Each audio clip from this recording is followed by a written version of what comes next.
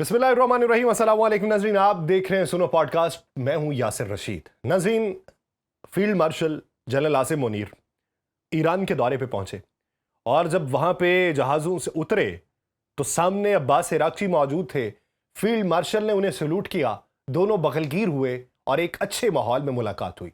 Field marshal एक ऐसे वक्त में पहुंचे हैं कि जब तेहरान की फ़ज़ाएं, ईरान की फ़ज़ाएं जो हैं वो एक ऐसे मरहले से दो चार हैं कि जहां पर मखमसे की कैफियत है, जहां पर हमला होने की इम्कानात ज़्यादा रोशन है, जहां पे इजराइल की जानिब से कोई तखरीबी कार्रवाई करने का उनसर नुमाया है और जहां पे ये जंगबंदी को एक शक की निगाह से भी देखा जा रहा है। ऐसे माहौल के अंदर फील्ड मार्शल का ईरान के अंदर पहुंचना और वहां पे जाके हाई अथॉरिटीज़ से मुलाकातें करना, ये क्या पैगाम देता है? दूसरा मंजरनामा यह है कि हमारे वज़ीर आज़म जो है वो सऊदी अरब के दौरे पर थे। सऊदी अरब के दौरे से अब कतर के दौरे के ऊपर रवाना होना है, लेकिन इसके साथ साथ इत्तलात ये भी हैं कि फील्ड मार्शल जो है वो वाशिंगटन भी रवाना हो सकते हैं। मुज़ाकरात को जो दूसरा राउंड है उससे पहले गुफ्तो शनीद कुछ हो सकती है, लेकिन पहले मुज़ाकरात के राउंड से लेके अब के दिन तक ये जो बीच का अरसा है जहां पर मुज़ाकरात हुए भी, उसके बाद अपने अपने मुमालिक में जाने के बाद पैगामात जो दिए गए वो अलग अलग मंजरनामा है और फिर उस पर सोच विचार क्या हुई है और आने वाले दिनों में वो मंजरनामा किस हद तक तब्दील होगा, इसी बारे में बात करेंगे। हमें ज्वाइन किया है ईरान से सीनियर सहाफ़ी हैं जॉन हुसैन। जॉन, बहुत शुक्रिया आपके वक्त का। जॉन, सबसे पहले तो बात यह कि फील्ड मार्शल जब ईरान पहुंचे हैं तो ईरानी लोगों के तासुरात क्या थे? ईरानी हुक्मरानों के तासुरात तो हमने बगलगीर होते देख लिए और वहां पे जो मुस्कुराहटों का तबादला हुआ है, ईरानी अवाम के तासुरात से सबसे पहले आगाह करें। बहुत बहुत शुक्रिया यासिर मुझे बुलाने के लिए। लेकिन no doubt field marshal Asim Munir साहब ही अकेले वो लीडर हैं पूरी दुनिया में जो इस वक्त जंग के वक्त आए हैं, और अभी भी आप देख लें कि कंप्लीटली जंग खत्म नहीं हुई है, अभी भी जंग चल रही है। तो it is a big step Indeed. और उसके साथ साथ उनका जो उन्होंने इज्जत दी, फॉर एग्जाम्पल जब वो बैठे हुए उन्होंने मीटिंग की तो वो टाई भी नहीं पहने हुए थे, आपने देखा होगा। एंड दैट शोज ये एक बहुत बड़ी रिस्पेक्टिंग जो है वो एक सिंबल है ईरानियों के लिए कि आप उनके साथ अगर बैठे हैं और टाई नहीं पहने, क्योंकि टाई को अच्छा नहीं समझा जाता। हजरत ईसा की शहादत के साथ उसकी जो जो नहीं हुई थी, जो क्रिश्चियंस बनाते हैं, उससे तशबीह की जाती है, तो उसको सेलिब्रेट जो है नहीं किया जाता। तो आई थिंक एक बहुत अच्छी चीज है, एक बहुत अच्छा मैसेज है जो फील्ड मार्शल आसिम मुनीर साहब ने दिया। और साथ ही साथ देखें, एक और चीज है कि इस टाइम के ऊपर, जंग के टाइम्स के अंदर पीस की कोशिश करना, ये एक बहुत बड़ी चीज है। और पाकिस्तान ने पहले जो किया, दोनों पार्टीज को जो 47 ईयर से लड़ाई कर रही थी उनको साथ बिठाया, ये एक बहुत बड़ा काम किया। और आगे भी आई थिंक सेकंड राउंड होगा तो पाकिस्तान के अंदर ही एक्सपेक्टेड है कि सेकंड राउंड हो। अच्छा जॉन, ये बताइए कि मुज़ाकरात के बाद जो बातें मंजर आम पे आई कि एक तरफ यूरेनियम अफजूदगी को 20 साल तक रोकने की बातें हैं, एक तरफ से 5 साल तक रोके जाने की बात है, एक तरफ से किसी तीसरे मुल्क के अंदर उसे मुंतकिल करने की बातें हैं, और एक तरफ बात यह है कि अमेरिका की निगरानी के अंदर दे दिया जाए, और दूसरी तरफ से पैगाम यह दिया जाता है कि नहीं, हमें आपके ऊपर एतबार नहीं है। तो ये जो 5-6 दिन है मुज़ाकरात के बाद के, इसमें गुफ्तगू शुनीद क्या होती रही है? किन मसाइल के ऊपर बात होती रही? देखें, यहाँ से न्यूक्लियर तो कभी भी ना इशू था, ना इशू है, ना इशू होगा। ये बहाने बहूने जो 1995 से नेतन्याहू करता हुआ आ रहा है कि न्यूक्लियर बम बना रहे हैं, और फतवा भी जो आया 2004 का, सबको पता है। सीआईए की अपनी रिपोर्ट्स है, जो काउंटर टेररिज्म का जो चीफ है, जिसका रेजिग्नेशन आपके सामने मौजूद है, जिसके अंदर लिखा हुआ है कि यूएस को पता है कि ईरान न्यूक्लियर वेपन नहीं बना रहा। तो ये एक बड़ी सिंपल सी बात है और एक बड़ी नॉर्मल सी बात है कि जो मुल्क जेसीपी अग्रीमेंट, जिसके अंदर ईरान लिमिटेड था, जिसके अंदर ईरान रिस्ट्रिक्टेड था, न्यूक्लियर एनरिच नहीं कर पा रहा था, उस ईरान के ऊपर जंग मुसल्लत करना और फिर डिमांड करना कि न्यूक्लियर दोबारा बंद करो। आई थिंक न्यूक्लियर का बंद करने का इशू नहीं है, ये इशू सिर्फ दो चीजों का है। किस चीजों का है? एक, स्ट्रेट ऑफ हॉर्मुज के अंदर अमेरिका चाहता है कि अपनी कश्तियां लेके आए, वहां पे कंट्रोल करे ईरान के साथ, जो कि मुमकिन नहीं है, ईरान अपना लेवरेज नहीं खोएगा। और दो, लेबनान का और दूसरे रेजिस्टेंस ग्रुप्स का इशू है कि वहां पे जो वो कहते हैं कि स्पॉइलर है, जो इजराइल है, वो बार बार हमले कर रहा है। कल रात को भी आपने देखा कि हमले हुए हैं नतानिया के अंदर, सीज हुई भी है इस वक्त बेत जबेल के अंदर, और दूसरे इलाकों के अंदर भी हमले करने की, सूर के अंदर फॉर एग्जाम्पल हमले करने की कोशिश इजराइल करा जा रहा है बार बार। तो आई थिंक इशू, जब ये दो इश्यूज रिजॉल्व होंगे तो आई थिंक न्यूक्लियर का इशू कोई इतना बड़ा इशू नहीं है। ईरान ओमान की टॉक्स में भी कॉम्प्रोमाइज करने के लिए तैयार था न्यूक्लियर के इशू के ऊपर, और पहले भी हमने देखा कि ईरान ने न्यूक्लियर के इशू के ऊपर कॉम्प्रोमाइज किया। लेकिन ये जो बदमाशी यूनाइटेड स्टेट्स करने की कोशिश कर रहा है कि वो स्टेट ऑफ हॉर्मुज में आ जाए और ईरान को कल को फॉर एग्जांपल अपना एक ही कार्ड अगर ईरान खो दे तो दोबारा यूनाइटेड स्टेट्स एक बड़ा हमला कर सकता है अपनी नेवी को पोजीशन करके। तो जो चीजें वो जंग के थ्रू नहीं ले पाए, ना ही वो निगोशिएशन के थ्रू ले पाए, अब आई थिंक मांगना उसके लिए एक जरा अनरीजनेबल चीज है। अच्छा, ईरान अब क्या चीजें लेना चाहता है? ठीक है, जंग के दौरान जो अमेरिका हासिल नहीं कर सका, ईरान वो जो है उसको नहीं देना चाहता। लेकिन दूसरी तरफ अमेरिका ये कहेगा कि कई दहाइयों से जो ईरान नहीं हासिल करना चाहता, वो अब जाके ईरान हासिल करना चाहता है। तो ईरान की डिमांड्स इस वक्त क्या है बज़ाहिर देखा जाए तो?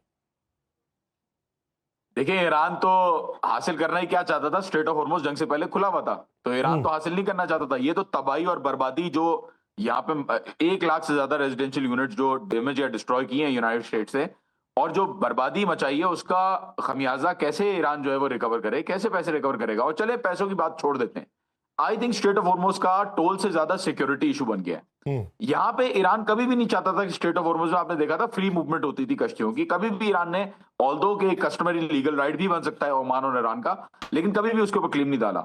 अब जंग के बाद सूरत हाल ऐसी हो गई है कि कोई ना कोई चीज, अगर न्यूक्लियर वेपन ईरान के पास नहीं है तो कोई ना कोई चीज होनी चाहिए जिसके थ्रू लेवरेज कर सके यूनाइटेड स्टेट्स को, और मेरे ख्याल में वो चीज स्ट्रेट ऑफ हॉर्मुज। तो जो चीज ईरान ना ले पाया वो ईरान ने ले ली, जो चीज अमेरिका हमेशा से लेना चाहता था वो अपनी सारी माइट के साथ, अपनी सारी कश्तियों के साथ, अपने सारे जहाजों के साथ नहीं ले पाया।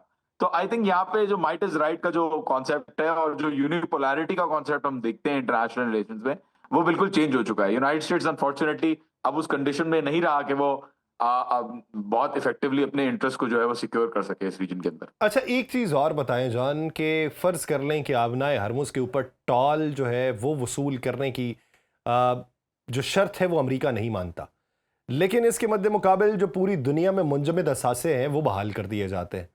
तो फिर भी ईरान को क्या फ़ायदा होगा? एक बुनियादी सवाल है कि जब ईरान की वजारत ख़ारजा की तर्जुमान बाकायदा तौर पे ये कह चुकी हैं कि $270 बिलियन का नुकसान इस जंग में बराह रास्त बिल वास्ता या बिला वास्ता जो है वो ईरान को हुआ है, तो फिर 100-125 अरब डॉलर जो है वो तो उस खमियाजे को नहीं पूरा कर सकते जो अभी मौजूदा जंग में ईरान को हुआ।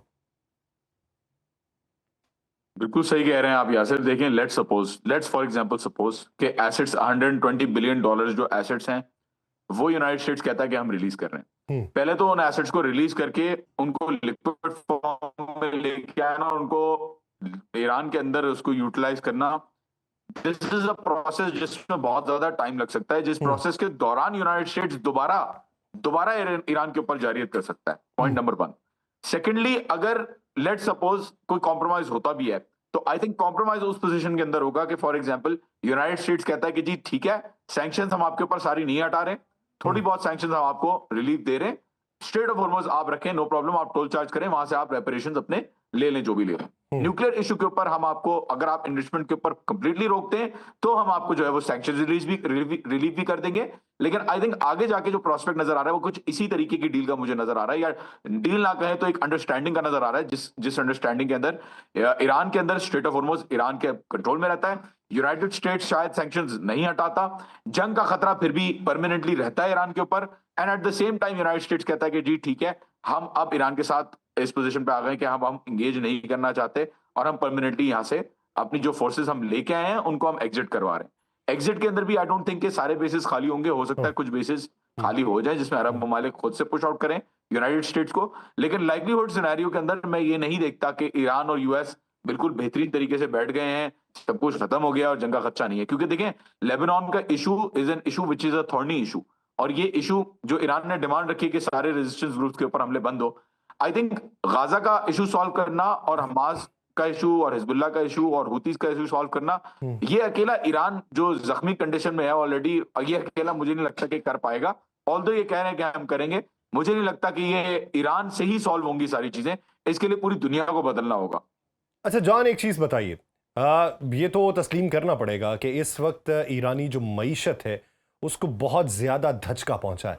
अफराते ज़र की अगर सूरत हाल देखें तो बहुत ज़्यादा हुई, करेंसी डिवैल्यूएशन देखें तो बहुत ज़्यादा हुई, कि ओपन मार्केट के अंदर अगर 2000 या 2100 का 1 करोड़ ईरानी बन रहा था पहले पाकिस्तान में, अब वो ब्लैक मार्केट के अंदर 8000 तक पहुंच गया है। लेकिन रेट क्या है वो सभी को मालूम है।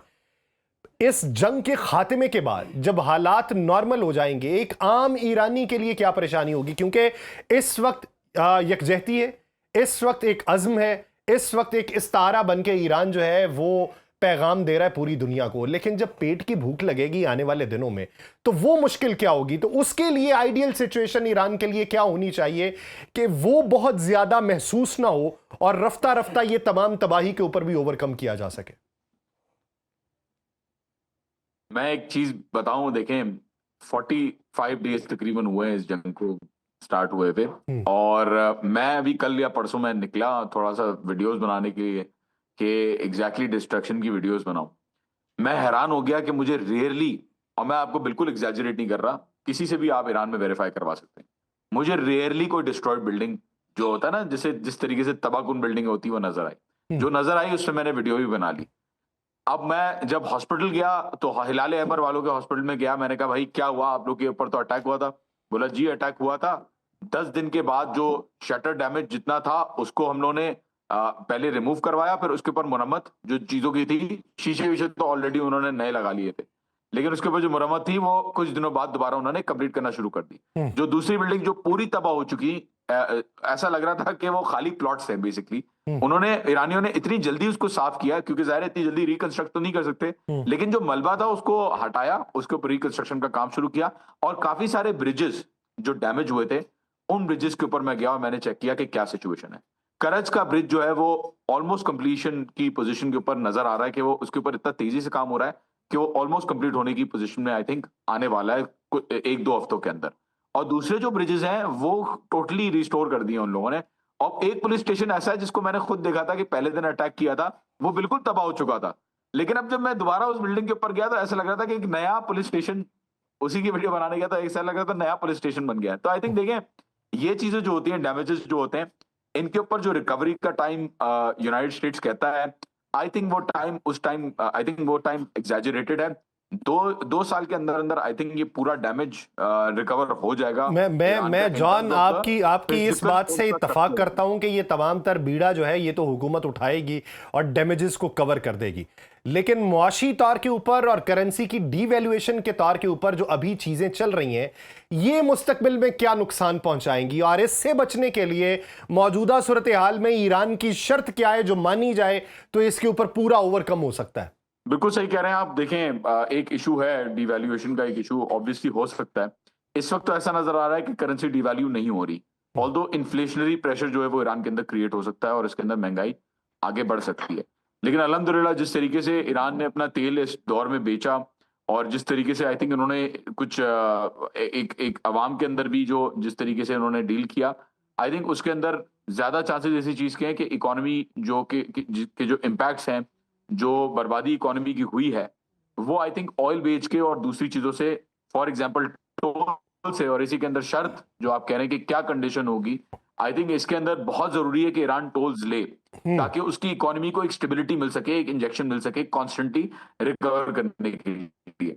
तो आई थिंक इसके अंदर एक कंडीशन आई थिंक जो जिसके ऊपर कॉम्प्रोमाइज नहीं होगा, ऑफ कोर्स लेबनान के अलावा, वो स्ट्रेट ऑफ हॉर्मुज है। आई थिंक न्यूक्लियर इशू के ऊपर ईरान कॉम्प्रोमाइज कर लेगा और दूसरे इश्यूज के ऊपर हो सकता है ईरान कॉम्प्रोमाइज कर ले। अच्छा, ये बताइए कि पाकिस्तान के जो हालिया दौरे हैं, जिस तरह वज़ीर आज़म सऊदी अरब में 2 घंटे MBS से मुलाकात करने के बाद कतर रवाना हो गए और फिर कतर पहुंचे और वहां पे उनकी मुलाकात जो है वो हुई, तो इस ज़िमन के अंदर ईरान में क्या राय पाई जाती है कि पाकिस्तान क्या किरदार निभा रहा है इस वक्त में? देखिए, इसमें तो कोई शक ही नहीं है, ये तो ना सिर्फ अवामी लेवल पे रैलियां होती हैं, बल्कि अब्बास अराक्ची साहब ने बहुत दफा पाकिस्तान का थैंक यू कहा, पहले भी पार्लियामेंट के अंदर नारे लगते रहे पाकिस्तान की फेवर में। और देखिए, मैं एक बात बहुत इंपॉर्टेंट करना चाहूंगा यहाँ पे, मैं खुद भी पाकिस्तानी हूँ और मुझे बड़ा बुरा लगता है कि लोग जब ये बातें करते हैं पाकिस्तान के खिलाफ, जो एक इंप्रेशन बनाने की कोशिश की जाती है कि कोई शायद फॉर एग्जाम्पल ईरान के खिलाफ काम कर रहा है या कुछ, मुझे नहीं लगता ऐसी कोई, मुझे लगता क्या, ये तो किसी को नहीं लगना चाहिए, किसी को गुमान नहीं होना चाहिए कि ऐसी कोई बात है। पाकिस्तान और ईरान बड़े बड़े आई थिंक बड़े क्लोज हैं इस प्रोसेस के अंदर। ईरान अगर किसी के ऊपर ट्रस्ट करता है तो वो सिर्फ पाकिस्तान है। और आई थिंक इसके अंदर हमें ये देखना चाहिए कि पहले भी पाकिस्तान ने साथ दिया, अभी भी पाकिस्तान अभी तक साथ दे रहा है। सो आई थिंक ये बहुत एक गलत तरीके से, जिस तरीके से बात होती है, इसको इन बातों को नहीं करना चाहिए। आई थिंक बड़ा अच्छा किरदार पाकिस्तान ने निभाया है और अभी तक निभा रहा है। एंड आई थिंक कि देखें, कतर के अंदर दौरे और सऊदी अरब के दौरे ये भी जरूरी है इस पीस प्रोसेस के लिए कि इन ममालिक को भी, क्योंकि बेसिस यूनाइटेड स्टेट्स के उन मुल्कों के अंदर हैं, और एक बहरहाल ईरान के लिए एक खतरा है वो बेसिस जो वहां पे हैं, और उनका जो एक्शन है आगे, जो इजाजतें हैं कि फॉर एग्जांपल यूनाइटेड स्टेट्स को उनको अलाउ करना चाहिए नहीं करना चाहिए ऑपरेट करने के लिए, ये डिस्कशन भी होना बहुत जरूरी है। तो पाकिस्तान और ईरान के ताल्लुकात हमेशा से अच्छे थे, और आई थिंक अभी वक्त की जरूरत, ईरान और पाकिस्तान भले जितना खराब ताल्लुकात भी हो, तो आई थिंक क्योंकि पड़ोसी हैं आपस में और क्योंकि इसराइल का इतना बड़ा थ्रेट है, तो कभी भी पाकिस्तान ईरान के रिलेशन जो है वो खराब नहीं होंगे मेरी नजर में। एंड आई थिंक ये जो पीस टॉक्स हो रहे हैं इनको एक इस तरफ देखना, पीस एक अच्छे पॉजिटिवली देखना देखना चाहिए। अगर फेल भी हो जाए तो कोई बात नहीं, आई थिंक ये दिस इज स्टिल प्रोग्रेस जो अभी तक चल रही है। अच्छा जॉन, ये बताइए कि आबनाए हरमुज़ के हवाले से इत्तलात ये आती हैं कि शायद ईरान ने बारूदी सुरंगें ना बिछाई हों, शायद कोई इक्का दुक्का बिछाई हों और सिर्फ इस ज़िमन के अंदर, इबहाम के अंदर रखा हो, ये इसके ऊपर बात होती है। और फिर ये कहा जाता है कि अच्छा, इधर सिर्फ डर का उनसर ही नुमाया है कि सिर्फ इतना ही कह दिया जाए कि यहां पर बारूदी सुरंग मौजूद है। अब तजर्बा करने को कोई जहाज आगे नहीं बढ़ रहा कि भाई जाके चेक कर लूं कि है भी है या नहीं है। तो ईरान कितना अरसा इसको इस तरीके से कंट्रोल कर सकता है? यासिर भाई, बारूदी सुरंगें कहाँ हैं? मैं तो ये देखें, आप मरीन ट्रैफिक उठाएं, डेटा उठाएं, और वहां पे आपको नजर आ जाएगा कश्तियां किस तरीके से जा रही हैं। अगर बारूदी सुरंग एक भी होती स्ट्रेट ऑफ हॉर्मुज के अंदर, तो ये जो कश्तियों की मूवमेंट आपको थोड़ी बहुत भी नजर आ रही है वो आपको ना नजर आती। और देखें, बारूदी बारूदी जो माइंस हैं, जो उनका कहा जाता है कि वो जाहिर है अगर पानी के अंदर डाल दी तो अब वो फिक्स पोजीशन में थोड़ी एक जगह पे रहेंगी कि हमें पता होगा कि एग्जैक्टली वो कहां पे। तो एक बहुत बड़ी रिस्क जो है वो उसके अंदर होती है, और रिस्क असेसमेंट के अंदर कश्तियां आगे नहीं जा पाती। कभी भी ईरान ने ना बारूदी सुरंगें बिछाई, ना ईरान ने अभी बारूदी सुरंगें बिछाई हुई हैं। ईरान की जो नेवी, जो यूनाइटेड स्टेट्स कह रहा है कि हमने तबाह कर दी, बर्बाद कर दी, वो नेवी है, वो खस्ता नेवी है, वो उसकी पुरानी कश्तियां हैं जो रोक के रखी हुई है अमेरिका के बड़े बड़े कैरियर्स को।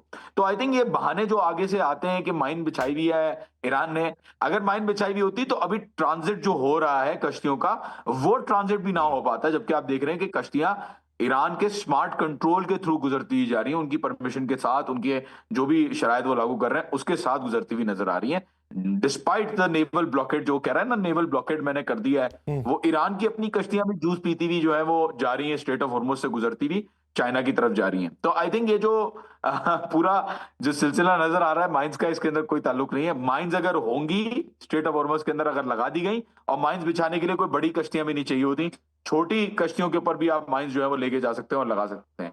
अगर माइंस होंगी तो वहां पे कोई चांस नहीं कि एक कश्ती भी उस पूरे कॉरिडोर को पास कर सके।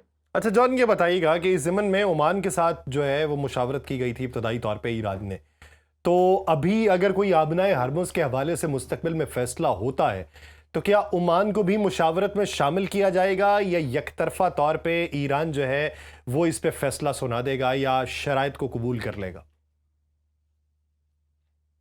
नहीं, ओमान के साथ बिल्कुल मुशावरत होगी। ईरान तो कह चुका है कि ओमान के साथ मिलकर हम कंट्रोल करेंगे, क्योंकि देखें जो चोक पॉइंट है स्ट्रेट ऑफ हॉर्मुज का, और ओमान सी और ईरान की जो आगे से जो जितना भी एक्सेस है, वो जो लीगल बाउंड्रीज 12 नॉटिकल माइल्स की जो बाउंड्रीज हैं, वो बाउंड्रीज के अंदर ना सिर्फ ईरान की बाउंड्री आती है बल्कि ओमान की बाउंड्री भी आती है। तो कोई भी फ्रेमवर्क बनेगा तो वो ओमान के साथ मिलकर बनाया जाएगा। और ओमान ने एक जो किरदार निभाया है इस जंग के अंदर, बहुत अच्छा किरदार निभाया है ओमान का। आपने देखा कि वो मीडिएट भी करने की कोशिश की उन्होंने, और ओमान की तरफ से, जबकि एसेट्स हैं, बेसिस हैं ओमान के अंदर, लेकिन ओमान की तरफ से एक भी, not a single attack came from Oman. तो आई थिंक ये एक बहुत अच्छी चीज है जो ओमान ने की, एंड आई थिंक के ईरान और ओमान दोनों इसके ऊपर शायद राजी हैं और इस चीज को आगे बढ़ाएंगे। जिस तरीके से दूसरे ममालिक के अंदर कनाल्स में या स्ट्रेट्स में नजर आती है कंट्रोल, उस तरीके से यहाँ पे भी ट्रीटी के फ्रेमवर्क के थ्रू उस कंट्रोल को लाया जाएगा। अच्छा, अगर देखा जाए तो अभी जो ताल्लुकात है पाकिस्तान के साथ ईरान के, तो ईरानी अवाम में तासुर क्या पाया जाता है कि इस जंगबंदी के बाद जब हालात नॉर्मल हो जाएंगे, जब पाबंदियां उठने के इम्कानात जो हैं वो रोशन हो जाएंगे, तो पाकिस्तान के साथ ट्रेड और ताल्लुक जो है वो माजी की निस्बत किस हद तक मुख्तलिफ होगा?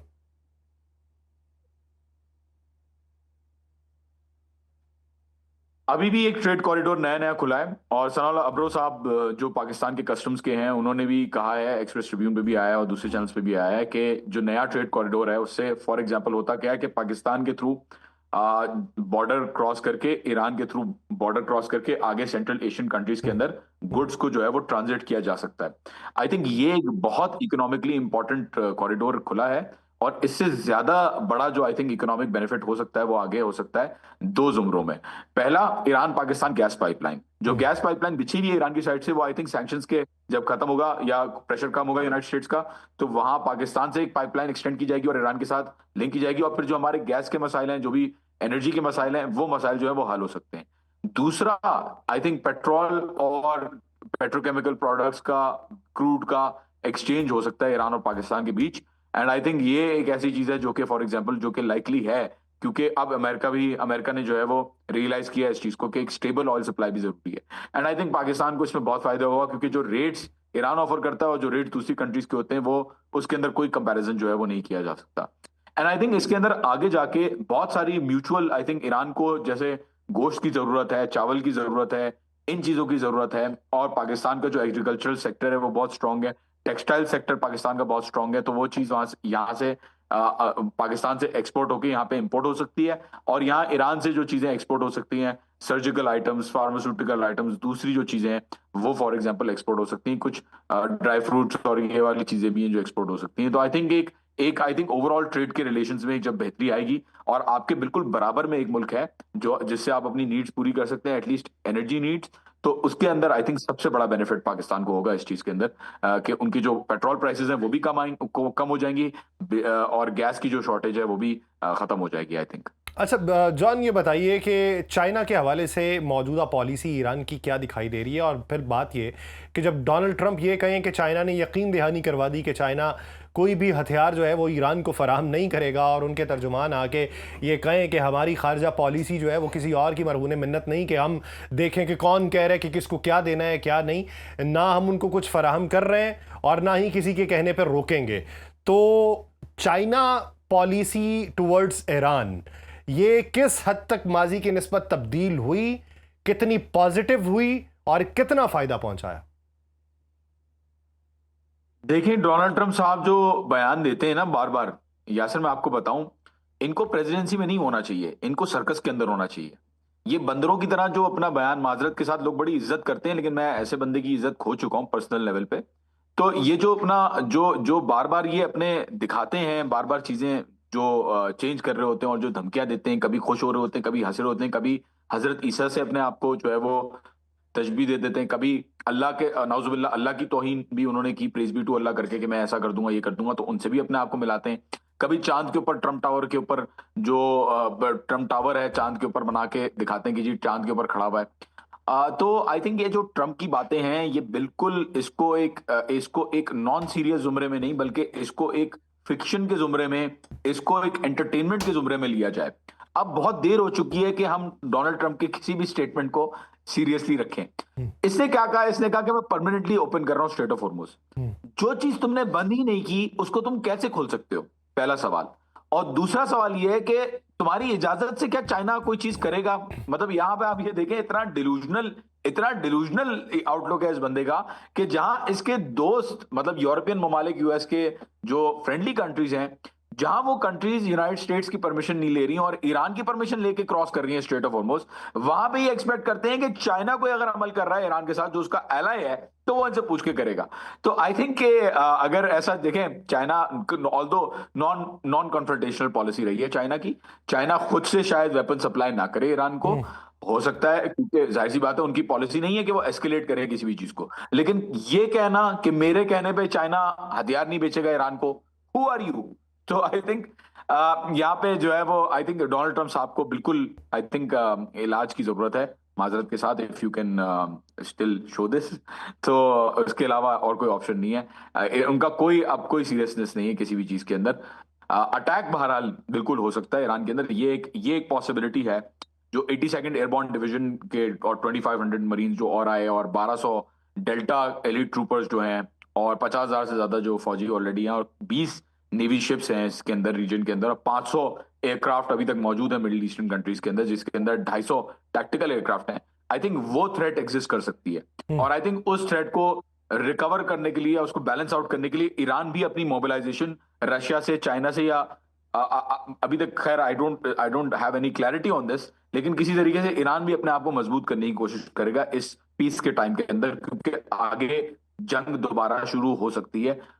पीस टॉक्स हो इंशाल्लाह, ये दुआएं सबकी हैं, लेकिन ऐसा हो भी सकता है कि कोई बड़ा अटैक प्लान हो रहा हो। रशिया की अपनी सिक्योरिटी काउंसिल ने भी ये चीज जो है वो थोड़े दिन पहले बताई है ईरान को। अच्छा, मेरा एक आखिरी सवाल जॉन, आप आजकल इंडियन चैनल्स के ऊपर भी अपेयर हो रहे हैं, तो वहाँ के तासुरात क्या हैं टुवर्ड्स ईरान, और वो इस पूरे मामले में पाकिस्तान की सालसी के हवाले से जो राय रख रहे हैं, किस हद तक वो मनफी नजरियात या मस्बत नजरियात के ऊपर मबनी?